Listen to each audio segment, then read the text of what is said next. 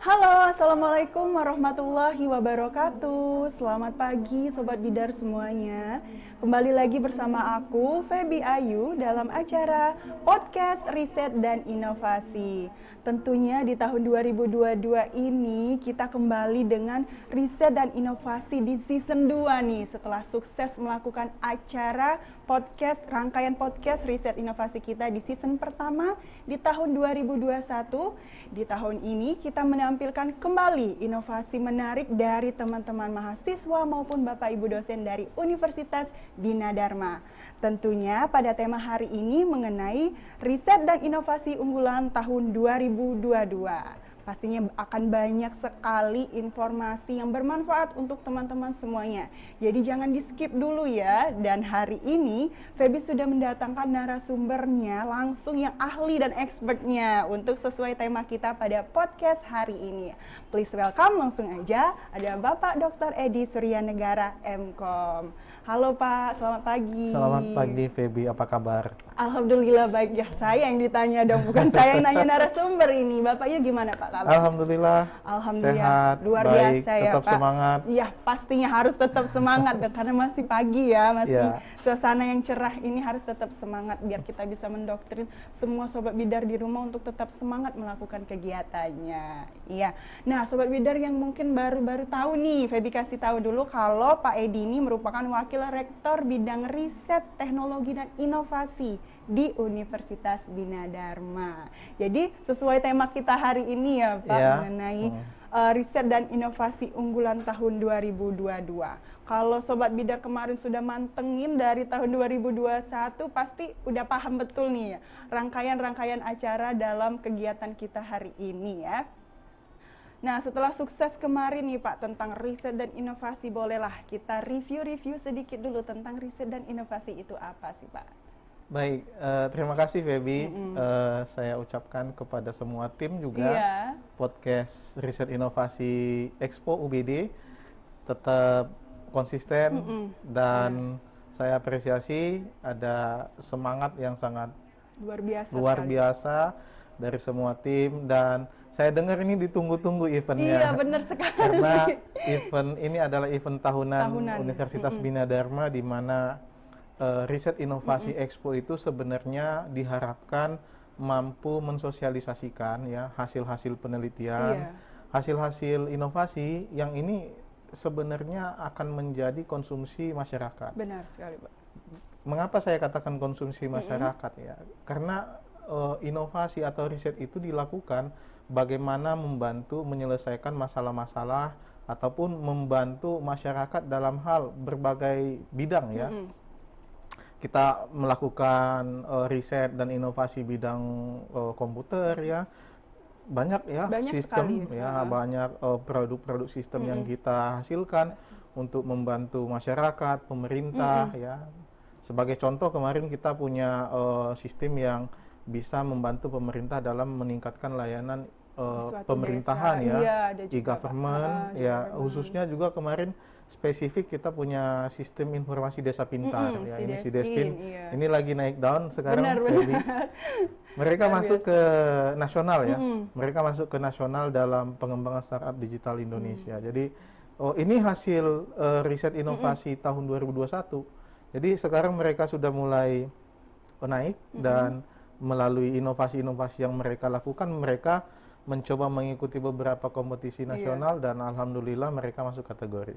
Tapi poinnya di sini, tadi Feby nanya ya apa sih riset, apa sih inovasi itu ya. Riset itu adalah kegiatan mengeksplorasi atau mencari ya sebuah solusi, solusi dalam masalah-masalah apapun itu ya, semua bidang, semua disiplin, solusi ekonomi, solusi teknologi, solusi sosial dan seterusnya. Sementara inovasi itu diharapkan dari hasil penelitian ini bisa tersosialisasi dan digunakan oleh masyarakat. Tentu inovasi itu dalam skala besar adalah penelitian yang sudah dipakai oleh masyarakat. Inilah yang disebut dengan inovasi. Dan hasil-hasil inilah yang akan kita sumbangkan, UBD akan sumbangkan ke masyarakat Sumsel, ke Indonesia, dan harapannya banyak membantu ya, banyak membantu masyarakat, membantu pemerintah industri, dan semua stakeholder gitu. Iya, jadi Feby. memang itu tadi Pak ya, kenapa ditunggu karena memberikan outputnya begitu luar biasa di masyarakat sekitar ya Betul, Pak. betul. Jadi riset dan inovasi ini juga bukan butuh waktunya yang sebentar, karena prosesnya juga lama dalam melakukan riset tersebut, yang pastinya memerlukan peningkatan-peningkatan agar hasil yang dicapai tadi maksimal. Betul. Seperti salah satunya tadi si Despin yang saat ini sedang naik daunnya untuk mengikuti kompetisi-kompetisi terkait sistem aplikasi tersebut. Nah, kalau untuk rangkaian kegiatan di riset dan inovasi ini, kenapa sih Pak perlu diadakan? Terkait sebelum tahun 2021 kan kita sudah ikut melaksanakan bagaimana caranya untuk berstandar internasional sesuai dengan visi dan misi. Dan mengapa baru dimulai tahun 2021 nih Pak? Mungkin jadi pertanyaan. Iya, tentu ini menjadi bukti bahwa kita mempercepat proses, men-trigger bagaimana Universitas Bina Dharma itu bisa mencapai visi dan misinya itu, misi dan visinya itu di tahun 2025 yang menjadi universitas berstandar internasional dan berbasis teknologi. Tentu gini, atas evaluasi evaluasi yang sudah kita lakukan, kita ingin ini harus tercapai dan bisa tercapai di tahun yang kita tentukan. Tentunya kalau kita hanya melakukan hal-hal biasa, hal-hal rutinitas yang dulu pernah kita lakukan, ya banyak pepatah mengatakan ya jangan melakukan sesuatu yang biasa-biasa saja kalau ingin mencapai yang luar biasa. Ya, jadi tentunya kita berpikir nih tim semua ini berkat dukungan ya Sivitas Akademika Universitas Bina Dharma, pimpinan, rektorat, dekanat, ya program studi, semua direktur, karyawan, dosen, mahasiswa, semua terlibat. Benar. Dan semua dilibatkan dalam bagaimana mempercepat dan mengakselerasi pencapaian visi dan misi ini. Tentunya ya di 2021 kemarin ini salah satu cara kita untuk mempercepat pencapaian visi misi kita menjadi universitas berstandar internasional dan berbasis teknologi. Nah, tahun 2022 kita berkaca 2021, memang ini harus kita lakukan rutin. Kita harus mampu memberikan sebuah panggung, kita harus mampu menyediakan sebuah fasilitas bagi dosen, mahasiswa untuk mampu menunjukkan ini risetnya, ini inovasinya. Dan yang terpenting tadi manfaatnya bisa didapatkan gitu. Jadi akselerasi. Iya benar. Jadi untuk mempercepat pencapaian visi dari Universitas Bina Dharma. Nah, terkait sebelumnya juga kan mungkin karena terkait pandemi kemarin ya Pak, kita sudah dipaksa, mungkin bukan dipaksa sih, diterjunkan langsung untuk cakap teknologi lebih dalam lagi untuk meningkatkan semua hal itu dengan teknologi informasi. Dan pastinya dari kegiatan riset dan inovasi ini kita membuka peluang dari situ juga ya Pak untuk memanfaatkan situasi tersebut. Nah, untuk tantangan yang dihadapi dalam mempersiapkan atau membimbing teman-teman mahasiswa maupun dari Bapak Ibu dosen sekalian terkait kegiatan riset dan inovasi yang lebih unggul nih Pak, apa sih gitu? Tentunya ya tantangannya adalah bagaimana kita bisa mengenerate atau menghasilkan ya sebuah karya riset, karya inovasi yang benar-benar bisa dimanfaatkan oleh masyarakat. Bahkan saya di bawah direktorat saya ada satu direktorat inkubasi bisnis namanya, bagaimana produk-produk inovasi ini bisa dikomersialisasi. Artinya kita dorong menjadi perusahaan-perusahaan rintisan, kita dorong menjadi startup-startup. Itu satu poin. Poin yang kedua adalah bagaimana konsistensi arah ya peta penelitian, bagaimana konsistensi dan komitmen waktu yang digunakan oleh dosen, oleh mahasiswa untuk bisa menciptakan produk-produk riset ini. Itu poin yang kedua. Yang ketiga, sekarang kita juga sedang melakukan berbagai strategi ya, termasuk di dalam bagaimana melibatkan mahasiswa di dalam penelitian-penelitian dosen. Tentu kalau hanya dosen saja mungkin bisa, tapi waktunya lama. Iya. Ya. Tapi kalau didukung oleh mahasiswa-mahasiswa di belakangnya, saya yakin satu ide besar itu bisa dilaksanakan dan dieksekusi dengan waktu yang cukup singkat. Ya, tiga hal ini menjadi tantangan untuk kita Universitas Bina Dharma. Tapi tentu ya bahwa fasilitasi ya, bahwa sosialisasi, bahwa kelengkapan-kelengkapan yang dibutuhkan untuk menghasilkan ini terus kita lakukan. Sebagai contoh ya, di bawah bidang riset juga ya, Direktorat Riset dan Pengabdian Masyarakat saat ini sedang memformulasi 4 pusat kajian universitas. 4 pusat kajian ini nanti akan melahirkan grup-grup riset, di mana grup riset ini nanti akan digawangi oleh para dosen dan mahasiswa akan bersama-sama dengan dosen tergabung di dalam grup riset itu. Nanti ke depan mahasiswa tidak hanya berkomunitas lagi di himpunan saja, himpunan mahasiswa, tetapi himpunan-himpunan riset juga sudah mulai kita bangun, sehingga apa? Ini akan membantu mahasiswa menyelesaikan studinya. Dia nggak pikir lagi judul apa ya, judul apa ya. Gitu. Mahasiswa ikut penelitian riset, dia sudah dapat judul, dia sudah dapat, tinggal diarahkan oleh dosen. Tentunya banyak hal positif ya, ini memberikan pengalaman kepada mahasiswa ya. Bahkan di beberapa dosen atau di beberapa riset group dia menyediakan pendanaan penelitian. Ya, terus terang di bawah saya, kebetulan saya dosen juga ya.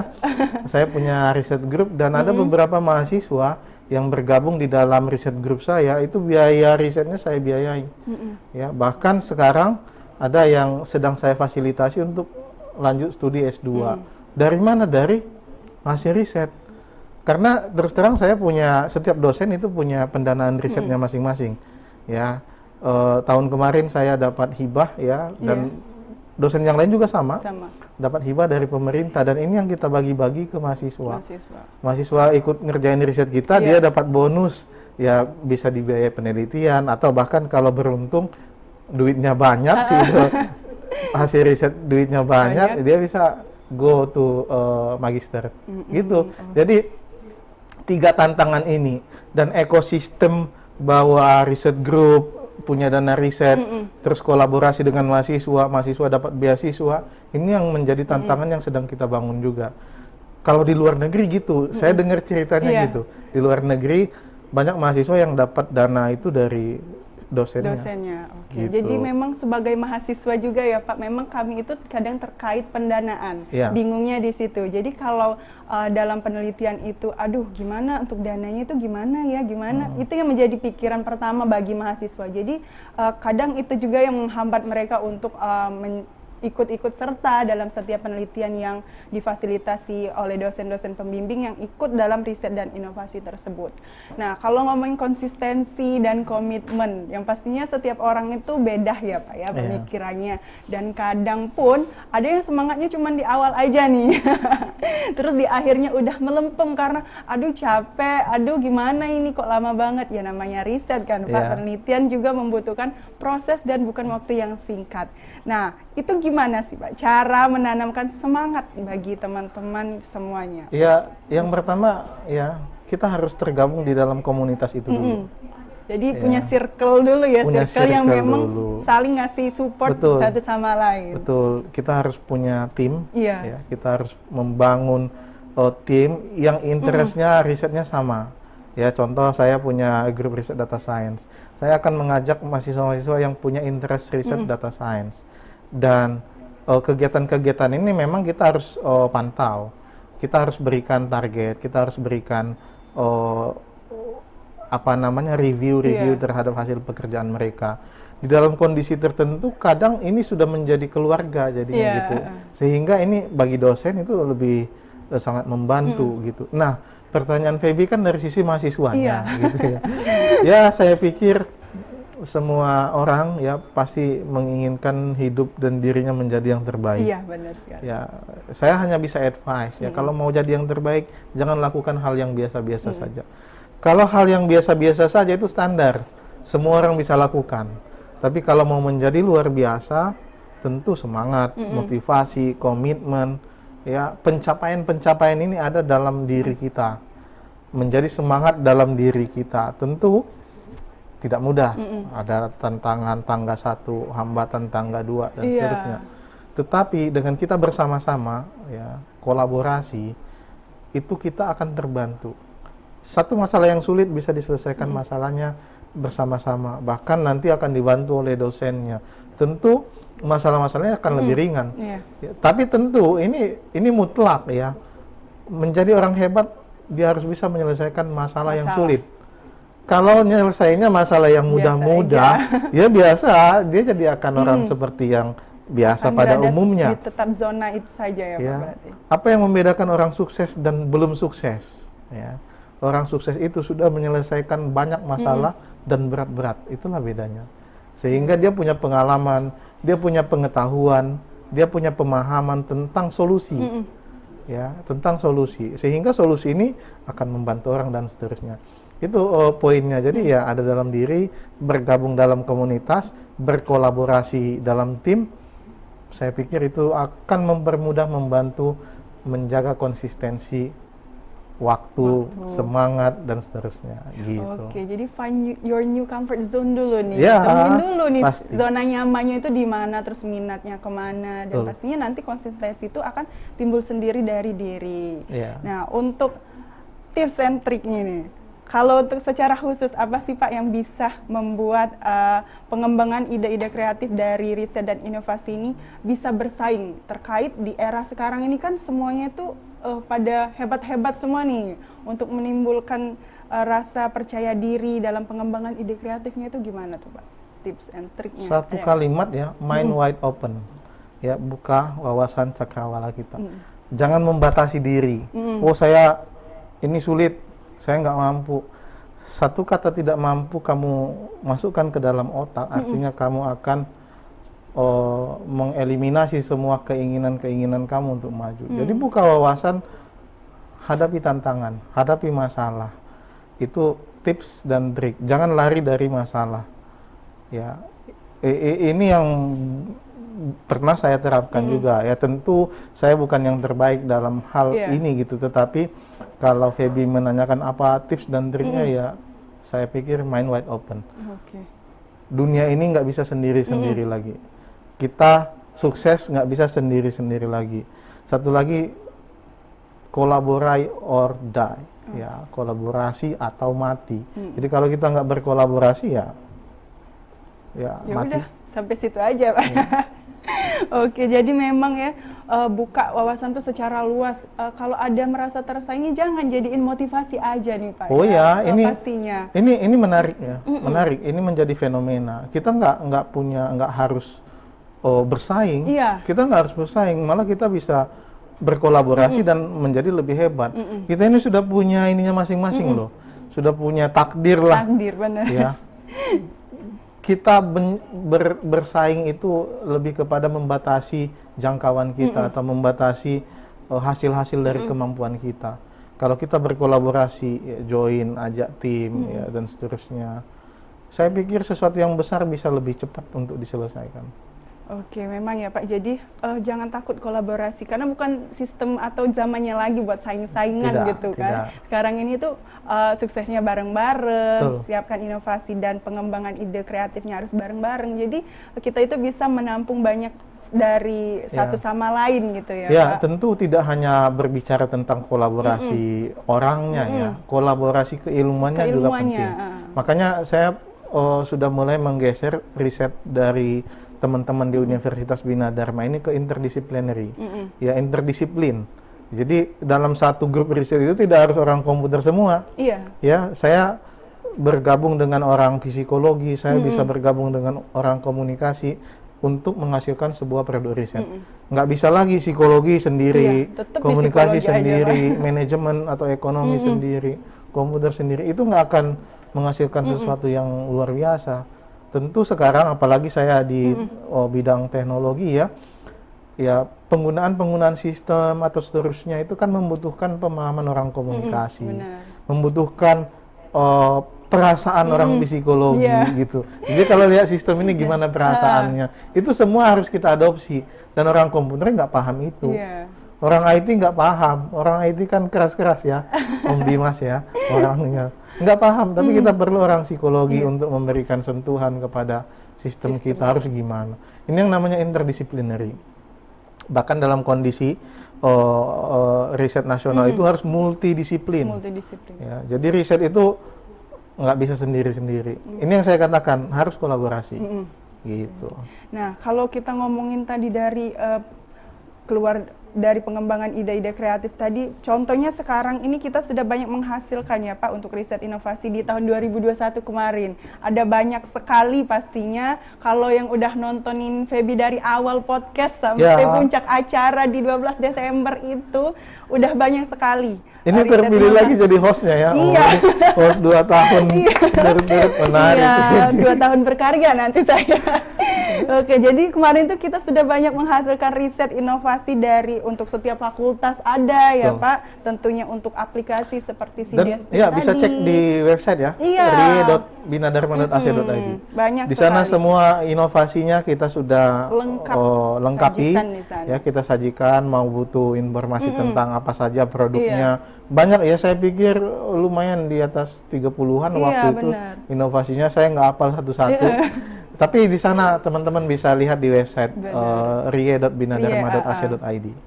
Ya, pokoknya menarik sekali. Kemarin juga ada yang di bidang kuliner nih Pak ya. Jadi ide yang mungkin nggak kita pikirin nih, kok bisa terpikirkan oleh mahasiswa kita.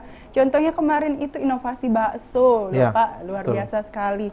Terus tuh ada inovasi. Itu inovasi bakso itu go nasional waktu itu. Dia menang kompetisi di Bali. Di Bali ya bener. Aku inget banget itu bakso sambal mangga kalau nggak salah Pak. Jadi kan yang biasa kita kenal bakso itu pakai kuah aja. Terus terinspirasi untuk ngembanginnya lewat diolah menjadi dengan sambal mangga. Terus ada juga aplikasi-aplikasi pembelajaran pendukung bagi mahasiswa maupun siswa-siswa sekolah juga ada kemarin. Kalau sudah nontonin dari awal pasti udah hafal lah pastinya Pak ya. Jadi itu memang output-output yang dihasilkan dari riset dan inovasi yang telah kita lakukan selama ini ya Pak. Dan pastinya untuk tahun ini kita akan menyiapkan riset dan inovasi yang lebih unggul lagi. Yang pastinya butuh bimbingan lah pastinya nanti ya kan. Dan untuk hasil pencapaiannya selain bakso tadi, terus ada banyak lagi ya Pak yang tahun 2021 kemarin seperti si Despin, terus ada juga aplikasi pengelolaan sampah yang bagi anak muda itu mungkin sampah itu nggak terpikirkan gitu. Tapi bagi mahasiswa kita yang punya ide-ide kreatif gitu, dia bisa gitu memikirkannya. Jadi bukan hanya untuk diri sendiri manfaatnya, tapi ke banyak orang lain juga. Tidak hanya aplikasi ya, kita punya inovasi teman-teman teknik ya, buat robot ya waktu itu. Terus bisa buat interior ya waktu itu, macam-macam ya, macam-macam inovasinya. Ada yang bisnis ya, orang manajemen, orang akuntansi, dia punya inovasi bisnis dan seterusnya. Iya benar. Jadi nggak hanya di aplikasi saja ya Pak. Kemarin juga ada ini terapi hati nih, penulisan dan jurnal juga. Jadi bukan fokusnya di aplikasi aja kalau tentang riset dan inovasi itu. Nah mungkin untuk pertanyaan terakhir nih. Iya. Alhamdulillah nih saya tunggu nih. Narasumber saya ya. Iya, untuk pertanyaan terakhir ini mungkin terkait kesan dan pesannya nih untuk acara sebelumnya dari rangkaian podcast riset dan inovasi tahun kemarin nih Pak. Alhamdulillah spektakuler dibuka oleh gubernur. Ya ini pencapaian paripurna ya sebenarnya, tapi mudah-mudahan nanti kita lihat Pak Dendi bisa menghadirkan presiden untuk bisa kita tunggu ya. Atau setidaknya menteri lah gitu ya. Kita coba challenge dulu. Ya mudah-mudahan ya tahun kemarin kesuksesan tahun kemarin dan memang ini kita persiapkan. Ini sekarang bulan 8 ya, kita sudah harus persiapkan sampai kita puncaknya di Desember. Tapi overall semua on track ya, on target dan mudah-mudahan ya pencapaian-pencapaian sebelumnya bisa kita ulangi kembali. Ya tentu kesan dan pesannya ya kesannya sangat membanggakan ya, bagi Universitas Bina Dharma. Ya pesannya terus kita harus melakukan riset-riset dan inovasi-inovasi unggulan. Oke, pastinya untuk acara tahun ini harus lebih menggelegar ya Kak, dicatat loh, menggelegar, spektakuler banget ya. Iya, pastinya dengan menampilkan nanti akan ada inovasi-inovasi baru dari teman-teman mahasiswa maupun Bapak Ibu dosen terkait rangkaian acara ini. Dan pastinya untuk teman-teman juga yang mungkin punya ide-ide kreatif ya Pak, bisa dibantu ya. dibantu Feby kan nanti. followernya banyak ya. Aduh, ya, Nanti teman-teman mahasiswa tolong iya, di DM aja nanti. di konsultasi. informasikan iya, ya. nanti. Pokoknya semua karya mahasiswa akan kita tagih ya. Iya, akan kita coba dorong sehingga karya-karya mahasiswa ini bisa naik dan bisa menjadi produk-produk unggulan universitas gitu. Iya, jangan lupa ya nanti. Iya, di DM aja nanti. Iya, kalau mau mungkin ada yang malu ya Pak, mungkin langsung ke atas. Aku mau DM kakak ini dulu deh. Boleh nanti ya. Jadi untuk teman-teman semuanya atau sobat bidar di rumah jangan takut ya kalau mau ada ide-ide kreatif yang mau ditampilkan atau mau dibuat sebagai riset atau inovasi untuk kita semua supaya bisa bermanfaat untuk masyarakat sekitar, bisa langsung konsul atau informasikan saja. Jadi udah nggak kerasa nih kita udah lama banget nih bincang-bincang nih Pak ya. Iya, udah cukup lama ya. Nanti mungkin untuk informasi-informasi selanjutnya akan kita tayangkan di podcast selanjutnya. Jadi sobat bidar jangan lupa ya untuk terus pantengin Instagram kita di @rieubd, terus bisa di media partner Instagram kita juga di Bina Dharma TV, UBD_Palembang dan Kampus Hits pastinya. Dan jangan lupa untuk sobat bidar yang baru nih ya, jangan lupa untuk subscribe YouTube channel kita di @Bina_Dharma TV.